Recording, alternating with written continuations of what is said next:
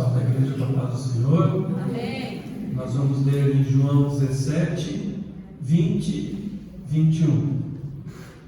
Não rogo somente por estes, mas também por aqueles que vierem a crer em mim, por intermédio da sua palavra, a fim que todos sejam um, e como és tu, ó Pai, em mim e eu em ti, também sejam eles em nós, para que o mundo creia que tu me enviaste. Amém? Amém.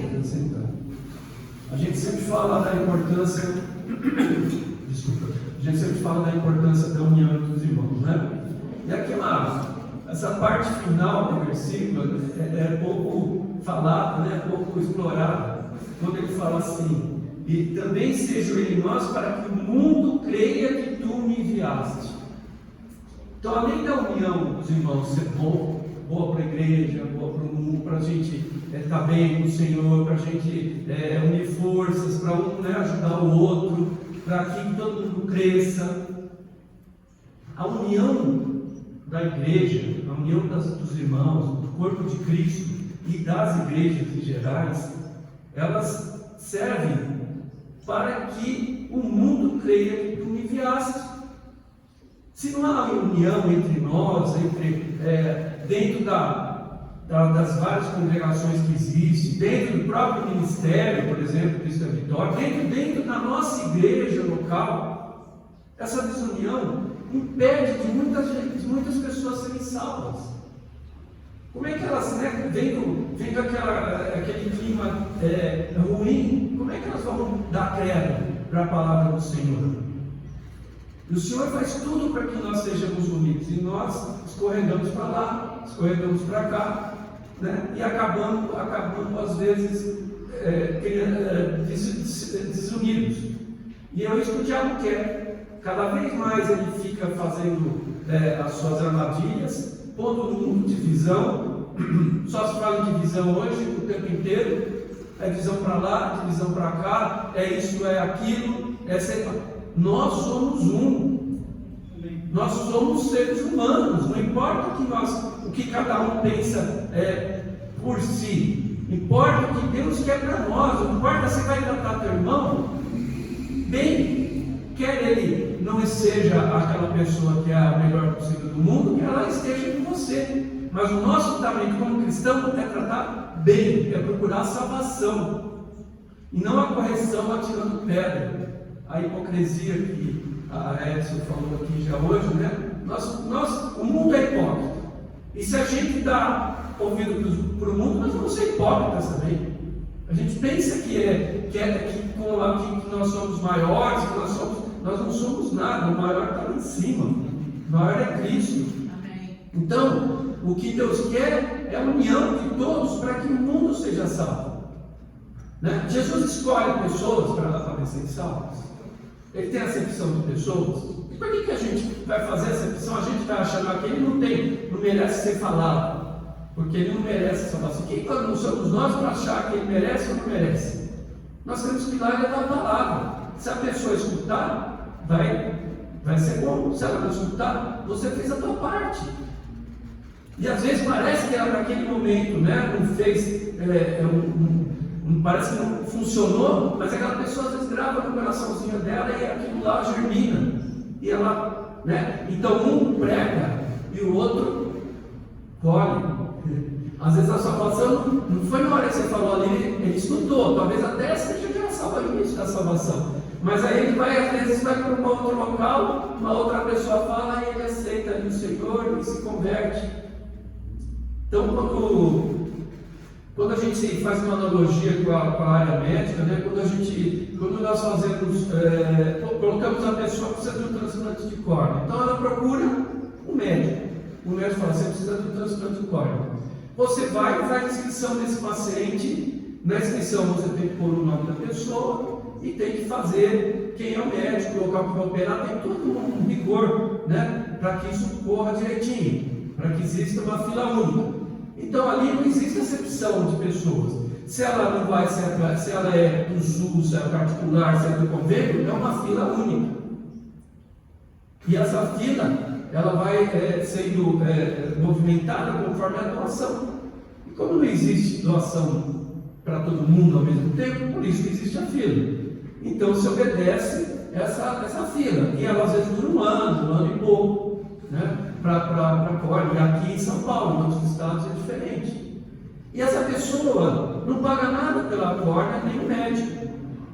Quem paga isso é o governo, e o governo estadual oferece a verba ali para captar, para ter um banco de óleo, para poder ver se aquela córnea serve para ser doada. Tem todo um custo que ninguém paga, nem o paciente, nem a gente. O paciente às vezes não paga porque ele é particular, ele paga o médico, porque o médico não vai receber de ninguém. Paga o hospital, no caso você não tem direito, né? Mas é uma fila única. A fila da salvação é uma fila única, não é única, não. Porque Jesus tem a salvação para todo mundo. Ele não precisa esperar para você ser salvo, mas você precisa querer. Quando você vai, e a gente fala que você precisa do transplante, a pessoa primeiro precisa entender se ela quer fazer. Mas por que você não vai querer fazer às vezes? Porque eu estou com medo, porque isso, por aquilo. Por que você não quer a salvação? Porque eu não estou preparado, porque eu acho que não está na hora. Tá bom, então você fica lá na fila. A hora que você resolver, né, ser salvo, você vem para a igreja, porque Deus não vai te jogar fora. Se a pessoa não quer fazer o transplante, naquele momento chegou mais ela, tá bom, não tem problema nenhum. Se você quiser, você sai da fila e volta como você quiser, ou você vai para o final da fila e espera mais um tempo para você pensar. Então, existe essa possibilidade. Então, não tem uma negativa definitiva, mas a gente tem que querer, ou querer entrar, ou querer ser salvo naquele momento, ou achar que por alguma indefinição, né, uma dúvida, ser num outro momento. Mas a palavra do Senhor é ofertada a todos, não tem custo, não tem acepção de pessoas. Não é o rico que vai ser salvo. Aliás, o rico é mais difícil ainda, porque ele geralmente está bem, né, de vida, então ele tem dinheiro, ele compra um monte de coisa, mas dinheiro não compra saúde, dinheiro não compra um problema de relacionamento, dinheiro não compra muitas coisas.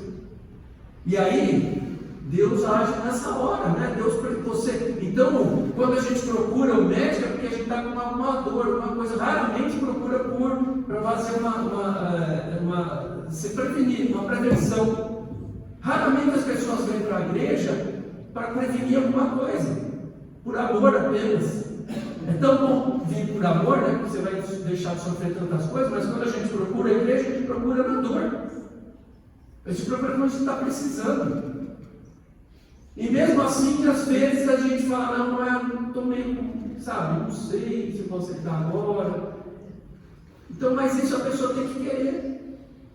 E a fé vem pelo ouvir, né? Ouvir a palavra de Deus. Então, conforme você vai ouvindo a palavra de Deus, é que vai sedimentando o teu coração e vai germinando, você vai ter a presença do Senhor, do Espírito Santo, que é o mesmo, né?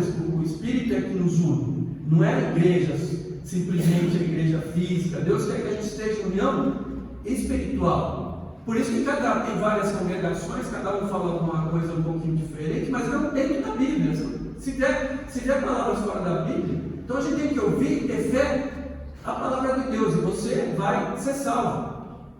Agora, se você ouve muito o mundo e acredita mais no mundo do que na palavra, acredita mais no teu amigo do que na palavra do Senhor, você vai ter fé no mundo, e você vai colher aquilo que o mundo dá, que é mentira, falsidade, hipocrisia. Eu não mato, eu não roubo, não faço nada. Quando você deixa de pagar o imposto de renda do governo, você está roubando. Quando você, quando aquele que não pagou o imposto de renda, você paga mais por ele, porque ele não pagou, porque o imposto tem que aumentar, essa pessoa está roubando o governo e você. E quando o governo usa mal o seu dinheiro e desvia o seu dinheiro, ele está roubando o povo. Então é um roubando o outro e fala que está tudo bem, não faço nada. Quando você chora por alguém, tem piedade e não faz nada, é lágrima de crocodilo. Sabe o que é lágrima de crocodilo? Já falei aqui. Os crocodilos, quando eles vão matar a presa deles, lacrimejam. Porque eles têm uma inervação anômala da glândula lacrimal ligada com o músculo que mastiga. Então, quando ele mastiga, estimula a glândula lacrimal e chora. E parece que ele está tendo dó da vítima. Quando a gente não faz nada, só tem dó e não faz nada, nós podemos até chorar, mas não estamos fazendo nada. Nós estamos deixando a pessoa ser devorada, sendo, né? Não é só com dinheiro, não, em apoio, em uma palavra de ajuda, às vezes um alimento. Então, nós achamos que matamos, roubamos e a gente não viu o resto, como o pastor Edson falou, viu o resto. E o mundo fica com essas coisas, fala disso, fala daquilo, não pode isso, não pode aquilo, e na hora de fazer o bem para alguém, vem ali o empresário, tem 300 mil empresas, não sei quantos mil funcionários, aí vai dar o dinheiro para onde? Mas os funcionários dele estão lá morrendo de fome, só para aparecer. É uma baita hipocrisia. Cadê a função de cada um na sociedade? Jesus ensina nós fazermos o bem. E fazemos o bem a qualquer um. Às vezes a pessoa é muito difícil, né? Uma pessoa agressiva, que você tem até medo de falar. Quem era assim? Paulo, Saulo, quem queria chegar perto dele? Você era cristão, quem queria chegar perto dele? Ninguém, todo mundo tinha medo. Aí Deus usa de outras formas para converter. Ele sabia, Paulo, ele fazia as coisas daquela forma errada, mas ele estava procurando servir ao Senhor. É diferente. Então Deus falou, vou usar, que esse é um vaso bom. Ele só está com a cabeça nos ensinamentos errados. Ele sabia toda a lei. Ele era culto. Ele era cidadão romano, era judeu ao mesmo tempo, então ele tinha uma penetração enorme. E ele achava que os cristãos estavam falando mal de Deus, né? Que estavam falar de Jesus. Então, ele precisou ficar cego para se converter, mas Cristo fez a obra plena, sozinho ali. Muitas vezes, nós temos que passar pelo deserto para entender que nós dependemos de Deus. Porque senão a gente não vê. Deus fica assim, fica cego aí, Paulo. Saulo, naquela época era Saulo. Por quê? Você para. Você está exagerando, você está louco. Olha o que você está fazendo. Se não fizesse uma interrupção, permitisse que acontecesse aquilo, ele não ia parar. E aí ele virou Paulo, que depois de tudo isso, ainda sofria preconceito, porque tinha perseguido os cristãos, e todo mundo ainda tinha medo de chegar perto dele, mesmo depois da conversão. Não tinha certeza se ele era do lado de cá ou do lado de lá, se não era o espião. Então, as pessoas se convertem, as pessoas às vezes saem do mundo ruim, e a gente ainda fica com preconceito um pouco, né? Mas esse aqui fez tanta coisa errada. Jesus dá um monte de testemunho, né? Da salvação das pessoas drogadas, que estão envolvidas com crime, enfim, e a gente fica meio assim, mas quem somos nós para julgar, né? Então você falar, quando a gente deixa de poder fazer alguma coisa correta, como pagar o imposto, por exemplo, tem gente morrendo porque não foi pago o imposto, que não tem hospital para ele ser atendido, né? Então não venha com pedra o tempo inteiro, jogando pedra e achando que nós somos perfeitos. Não falando do mundo e às vezes dentro da igreja, né? E a igreja com outras igrejas. Então fica aquela coisa, e isso Deus não quer. Deus quer união. Amém. Deus não quer essa situação. Cabe a Ele julgar a salvação. E as pessoas pensam que elas não sofrem as consequências do próprio Paulo. Demorou para eles acreditarem nele. Ele ficou com aquela situação, né, de não quiserem chegar perto dele por muito tempo. Então as pessoas quando saem, e é natural isso também, né? A gente cria aquele. Por isso que Deus tem que tratar a gente. Porque se acontece assim, tem uma pessoa que fez um crime muito grande, você fica com medo. Agora, esses crimes que parecem pequenos no dia a dia da gente, no fundo eles acabam sendo grandes, mas a gente não é conceituado nessa situação. Então a união das pessoas, daqueles que seguem o Senhor e a união daqueles que não seguem o Senhor dão força ou para o lado de Deus ou contra Deus. Então nessa passagem aqui, Jesus estava fazendo a sua última oração e foi a maior oração dele, né, durante o seu ministério, e ele já tinha orado por ele mesmo, né? Ele já estava orando no sentido de que já tinha acabado a sua função aqui, né? Ele não tinha ido para o céu, mas ele já tinha feito a sua obra redentora. E ele falava: agora eu te glorifiquei, Pai, glorifica-te a mim, no sentido de que ele não veio que ele para ser conhecido como filho de Deus, porque eu não posso ter vindo aqui sobre tudo isso por nada. As pessoas precisam reconhecer que ele era filho de Deus. Aí ele ora pelos discípulos, porque os discípulos iam continuar o seu ministério, os discípulos iam continuar no mundo, e ele, preocupado com os discípulos, fala: Pai, guarda eles, né? Livra-nos. Eu não quero que o Senhor tire os tire do mundo, porque eles estavam dele para continuar fazendo o trabalho do Senhor, mas o Senhor guarda do mal. Abençoa os discípulos que estão aqui. E nessa última pedaço, ele pede para abençoar para aqueles que vierem a crer em mim por intermédio da palavra. Para a igreja é uma bênção contínua. Para todo aquele que crê, ele orou para que a igreja continuasse sendo abençoada. Amém, irmãos? Até os dias de hoje, até os dias que ele voltar. Então ele fala isso, e para que tudo isso aconteça, para quê? Para que o mundo creia que ele é Jesus, que ele veio e salvou. E antes, a salvação era para poucos, era os judeus que eram o povo de Deus, e aqueles que se convertiam ao judaísmo. Hoje, Jesus deu a liberdade para que o mundo creia, para que todos tenham essa facilidade de salvação. Não é para um povo, não faz acepção de pessoas, é para todos. E depende da união da igreja.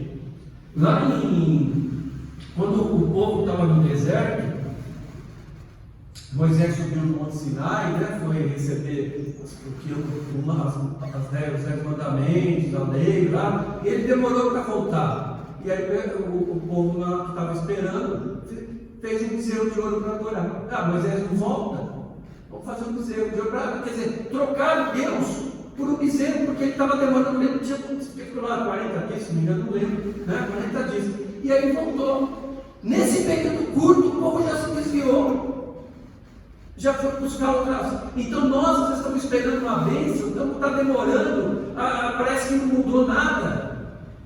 E aí a gente vai procurar outros créditos, vai escutar o que o mundo fala, já se desvia, e aí sofre as consequências. Ele muitas vezes demora a nossa mente porque a gente não está pronto para receber, porque a gente não quer receber, porque a gente não aceitou. Não quer receber, mas eu quero, mas não quero. Às vezes você ainda não está, você está apegado àquilo que você tem, até a doença. Às vezes eu brinco, né? O cego lá, todos perguntam: o que você quer que eu faça? O que o cego queria? Eu quero que o senhor me dê visão.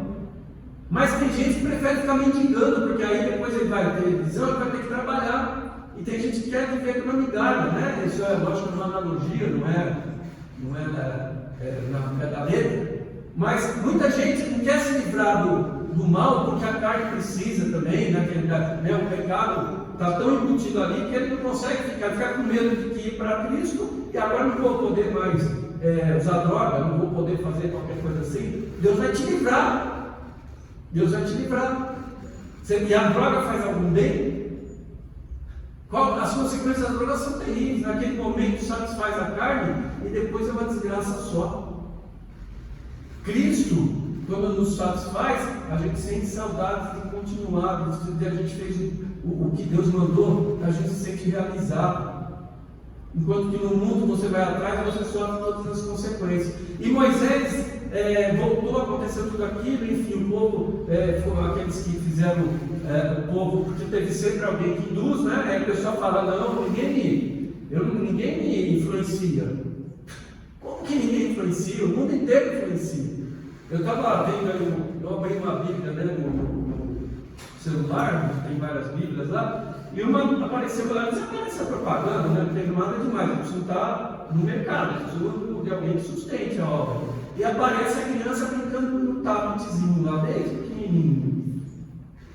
A gente sabe hoje que a miopia, que é uma doença a ser achada que era só de característica genética, está ganhando uma grande epidemia uma mudança de hábito. Porque o míope vem de perto, ele tem um olho maior que o normal, normalmente. Normalmente, assim, a causa da miopia é mais pelo, existem outras causas, mas é o olho maior. Quando a criança fica pequenininha querendo ver e a criança está em fase de crescimento, ela vai, recebe o estímulo e esse olho vai começar a crescer muito antes do que na parte genética definida. Então você pode ter a genética, você pode ter o ambiente, você pode ter o seu ambiente, mas em resumo, em 2050, 50% da população vai ser míope porque essas criancinhas estão usando o cabo desde cedo. Tem país que é proibido usar até 3 anos de idade. Então, e aí vem uma propaganda num lugar que está a Bíblia por trás disso, né? Porque eles não têm culpa, porque eles não sabem disso. Mas você vê como é que a gente. Isso ninguém, é uma coisa que ninguém sabia.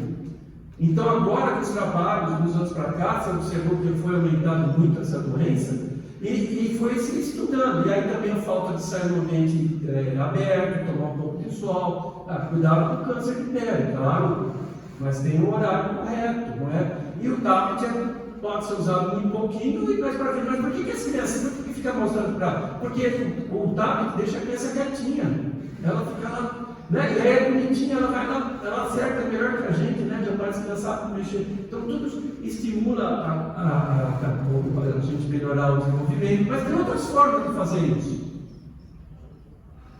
Então, são coisas que o mundo põe na nossa mente achando que é bom e não é. E tem outras que é já põe para a indução, então todos nós somos influenciados.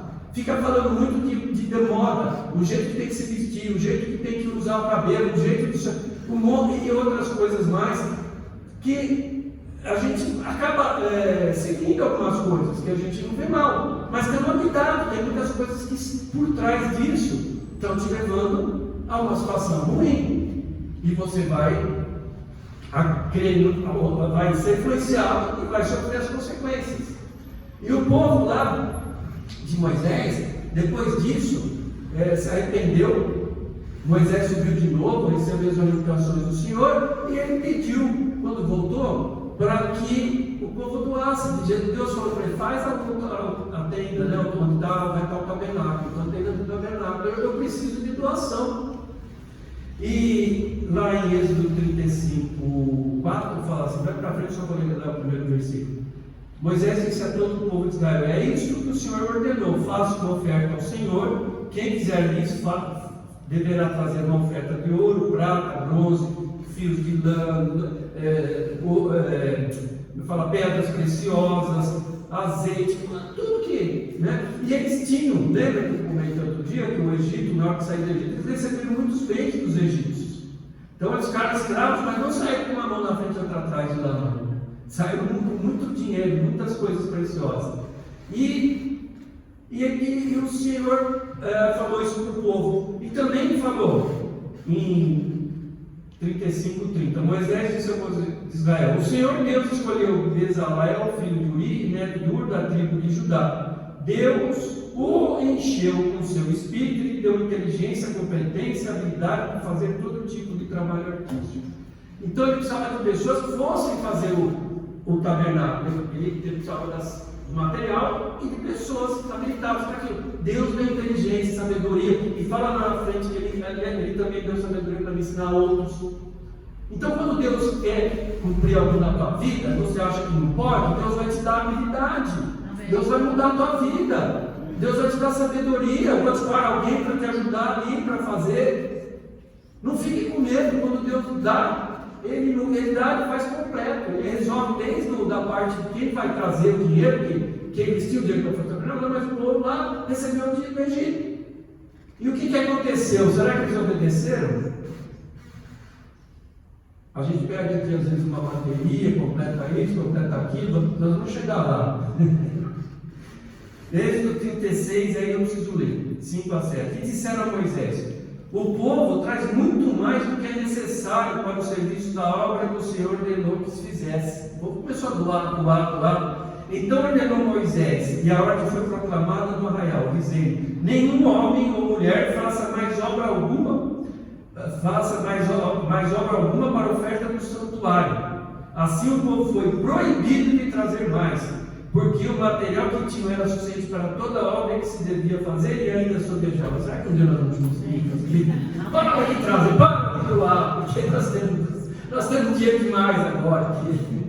Quando vai chegar isso, meu Deus? Quando a gente vai entender que é dando que se recebe? Aqui a gente não pede nunca nada, a gente só pede oferta, não fica fazendo campanha disso. Não está errado, não, a gente está errado, a gente não fica com receio de achar que as pessoas têm dificuldade, mas é dando que se recebe. A gente está errando, porque a gente pede oferta, explica e tal, mas nunca, sabe, com aquela veemência: meu Deus, nós vamos chegar um dia nisso aqui.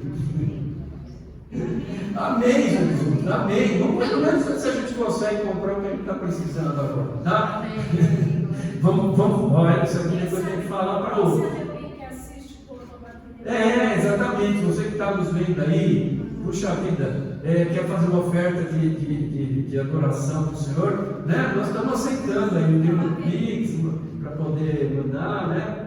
A bateria que a gente está precisando. Então, quem está nos ouvindo aí, vendo, estamos aí, aptos a receber, e Deus vai te abençoar. Deus tem abençoado tanto, a gente oferta, né? Nós temos aqui, que a gente tem muitas, a nossa igreja não é grande, nós temos muitas despesas, nós somos um lugar caro, enfim, tem um monte de coisa, não é fácil manter. Então a gente precisa ir, e sempre vai ser só meia dúzia que vai ser abençoado, a igreja inteira, já que o povo todo se doou com o trabalho, com as materiais, né?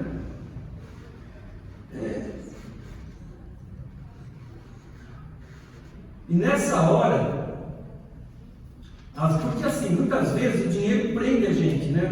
O dinheiro, ele causa até dissensão. Quando você tem muito dinheiro, e aí tem herança, dá briga entre irmãos, né? O dinheiro às vezes ele ajuda em algumas situações, e outras vezes ele causa danos, porque aí você fica pensando só no dinheiro. O seu Deus virou dinheiro, você fica preocupado se tem muito, ficar olhando todo dia se o robô 10 centavos, você fica avarento.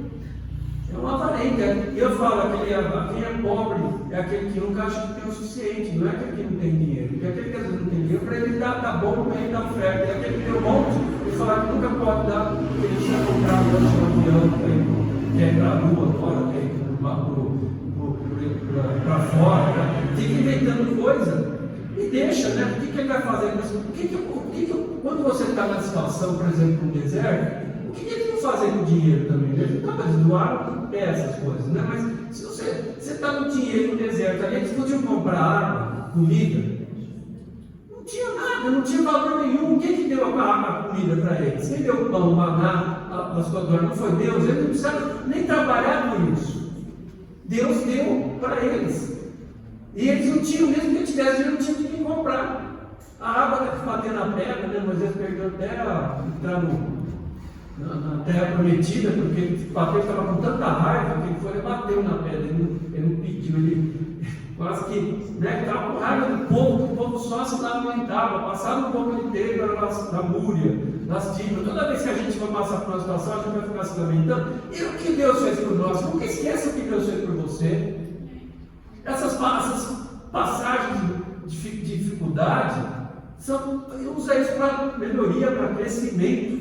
Às vezes Deus permite para a gente crescer mesmo, e às vezes é porque a gente está no mundo, é fácil, mas Deus vai nos ajudar. Em qualquer que for essa situação, você tem que se apegar a Deus, porque Deus vai ajudar você. Amém. E aí, quando existe a briga, né, existe a desunião, vamos lembrar que Roboão era filho de Salomão, que recebeu o reinado de Salomão. Até lá, Salomão reinava sobre as 12 tribos de Judá. Tá?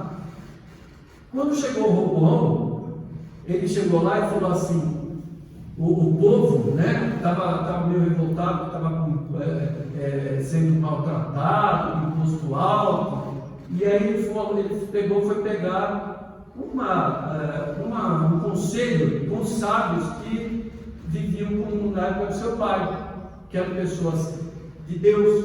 Eles falaram: não, escuta o que o povo está falando.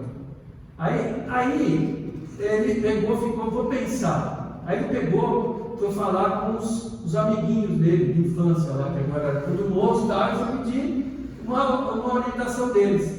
Ele falou: não, trata pior, faz isso, faz aquilo. E aí Jeroboão, que era o líder desse grupo, né, que ele trabalhou para Salomão, ele trabalhava para o cara esperto, trabalhava muito, Salomão separou ele para ajudar a fazer, estavam mexendo na terra lá em Jerusalém, ele era o líder desse pessoal. Aí ele reuniu as igrejas, as tribos, para falar lá com o Roboão. Quando o Roboão fez isso, eles se rebelaram. E aí houve divisão, Benjamim e Judá com o Roboão, e as outras 10 tribos ficaram com o Jeroboão. Quebrou a unidade. Deus detesta, né? Deus fala, não gosta de um monte de coisa, mas dá certo no comínio, que é a briga entre irmãos. Deus não quer desunião, porque quer perder a força. O mundo se une contra a palavra do Senhor. O mundo se une contra as pessoas. Estevão, quando houve uma desavença dentro da igreja, pode haver, isso não é nada do outro mundo. Pensam às vezes um pouco diferente um do outro, vai começar a chegar numa determinada situação. É importante que todos estejam no mesmo espírito, isso tudo seja construtivo. Aí as viúvas, as helenitas, elas gregas, né, e as hebreias eram ajudadas, só que as helenitas reclamaram que eram tratadas diferentes, não dava para elas o que dava para as hebreias. Aí os apóstolos se reuniram, chamaram algumas pessoas, entre eles Estevão, que foi o líder dessas pessoas, para fazer uma coisa, parece uma coisa simples, né? Vai contribuir lá. Estevão era cheio do Espírito Santo, ótimo pregador. Ele pregou no cinema, ele pegava. Então, o que quer dizer isso? Quem quer ser o maior, seja o menor. Jesus falou: eu vim para servir. Quem é o maior? Eles ficaram discutindo: quem é maior entre os apóstolos? Quem é o maior entre nós? E Jesus falou: quem é maior? Quem está na mesa para comer ou aquele que serve? É lógico, aquele que está na mesa, ele está servindo. Mas eu vim para servir. Eu sou aquele que é o menor. E Jesus é o maior. Então a gente vem para servir. Você quer ser o maior? Sirva. Faça bem para os outros. E aí você vai crescer. E aí essa briga durou um bom tempo, e Deus proibiu deles de haver guerra, né? E ele falou para Roboão: vocês não vão atacar o outro povo, e o povo o judeu não atacaram, para não haver morte. E Jeroboão foi uma pessoa que foi avisada, não foi assim, de qualquer forma. Foi um sacerdote que foi para Deus, me mostrou que você vai ser sim, tal. E ele se desviou completamente do Senhor. Sabendo que o Senhor estava pondo lá também, ele devia ter dado a chance dele, né, guiar bem o povo. Não.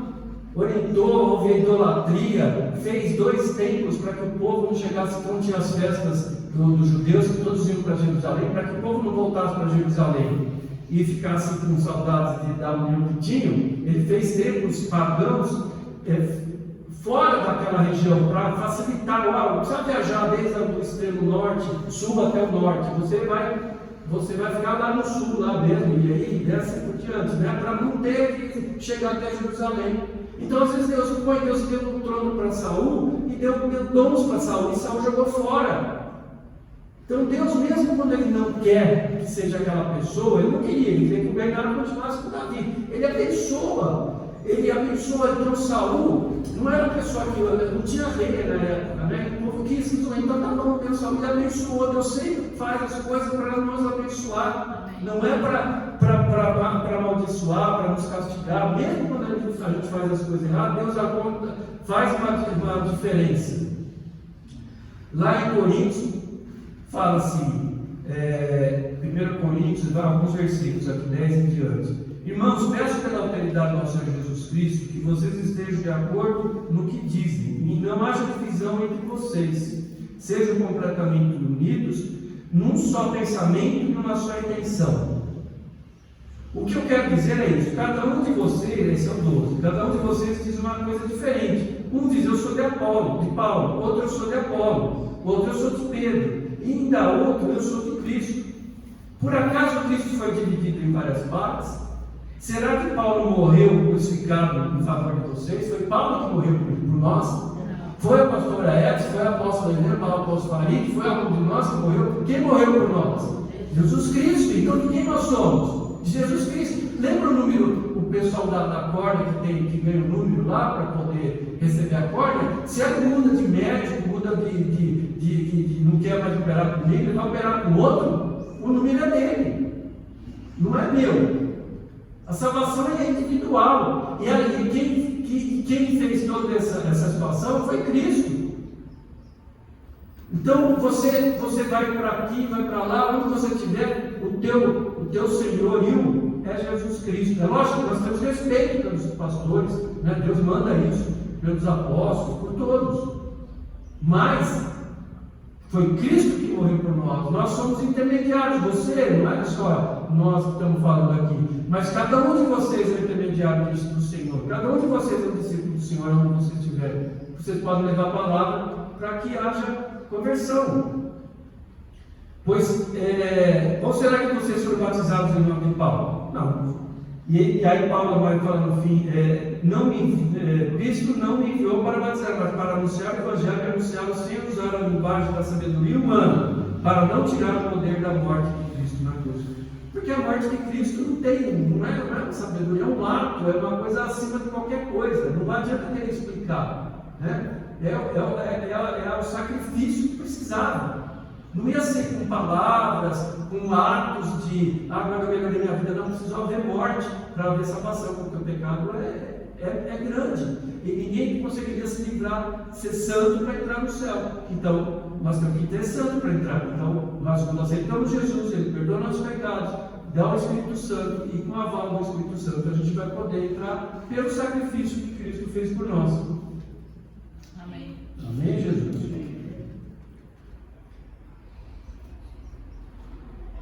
Lá em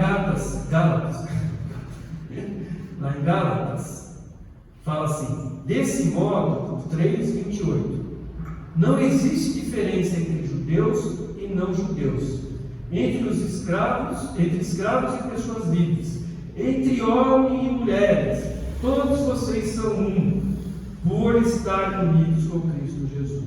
Amém?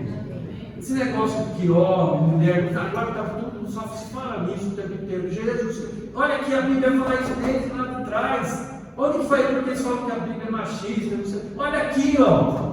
Quantas mulheres participaram, as mulheres ajudavam Cristo. Épocas diferentes.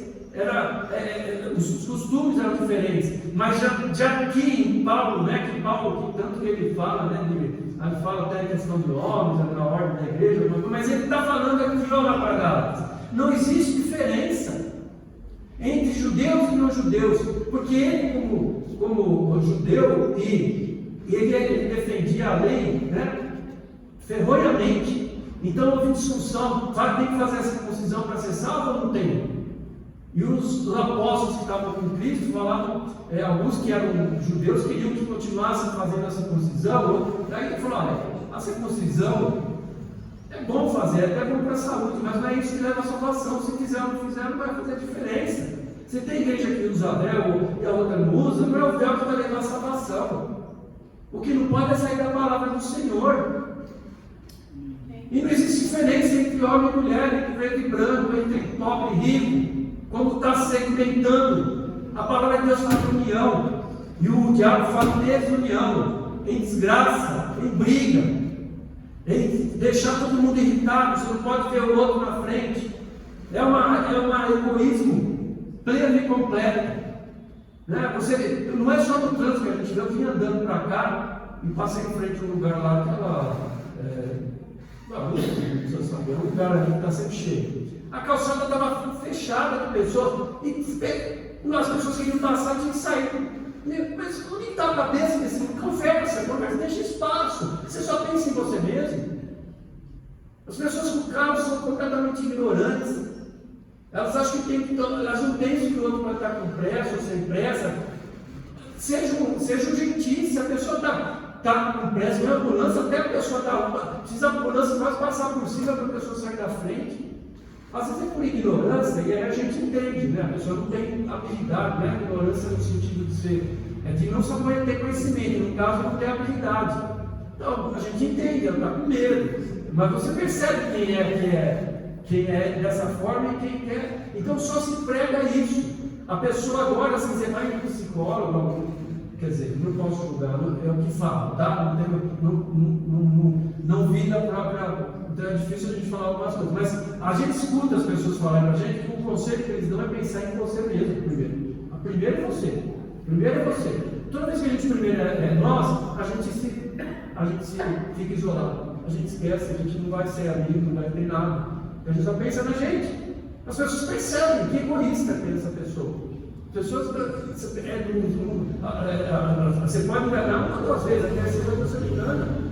Então, Cristo não faz acepção de pessoas. Cristo quer união e a salvação é para todos. Assim como foram unidos, né, os judeus foram unidos para construir o tabernáculo, onde apareceria o Deus ali, né, eles construíram porque Deus aparecia ali, e precisava ali, né, Deus que deu ordem para fazer. Hoje, como fala da união para que as pessoas creiam em Jesus Cristo. Então nós preparamos o tabernáculo, a igreja, para receber as pessoas, para que elas recebam Jesus Cristo. Nós falamos de Cristo para a salvação, para que o nosso corpo seja o templo do Espírito Santo. Então houve o templo do tabernáculo, hoje o nosso templo é o nosso corpo, que o Espírito Santo habita. Amém. E o meio da gente levar as pessoas à conversão é o nosso falar da palavra do Senhor. E a igreja física é muito importante, porque aí você ganha, né? Você tem sempre a palavra do Senhor, você busca aquilo que você precisa, você tem a oração do teu irmão ali do lado, você tem a tua ajuda de todas as formas dos irmãos. Amém, irmãos? Amém. Então é tão bom que vivamos em união. Amém, irmãos? Amém. Vamos ficar de pé agora, agradecer ao Senhor. Então, meu Deus, meu Pai, muito obrigado, Jesus, por tudo aquilo que falaste, que realmente isso possa chegar até dentro do nosso coração, a quebrantar, Pai. Dá mais amor pelo próximo, Pai. Dá mais assim, que nós sejamos gratos a Ti, reconhecendo o Teu sacrifício, que não tenha sido em vão, Pai. Muda, a oração muda uma nação inteira, traz cura para uma nação inteira, Pai, traz cura para o mundo, Senhor. Que oremos mais, que sejamos mais santificados, Pai, que possamos produzir os frutos do Espírito, que possamos germinar eles dentro do nosso coração, Senhor meu Deus. Abençoa o Teu povo, aqueles que levam a Tua palavra, Pai. Guarda a vida deles, guarda as nossas vidas, guarda as nossas igrejas, Pai, e que vivamos em união. Muito obrigado, Senhor meu Deus, muito obrigado por tudo que tem feito, muito obrigado pela Sua morte, pela salvação, pela Sua vida, porque o Senhor está ao lado de Deus Pai, advogando por nossas vidas, Pai. Muito obrigado, amém, Jesus. Glória a Deus.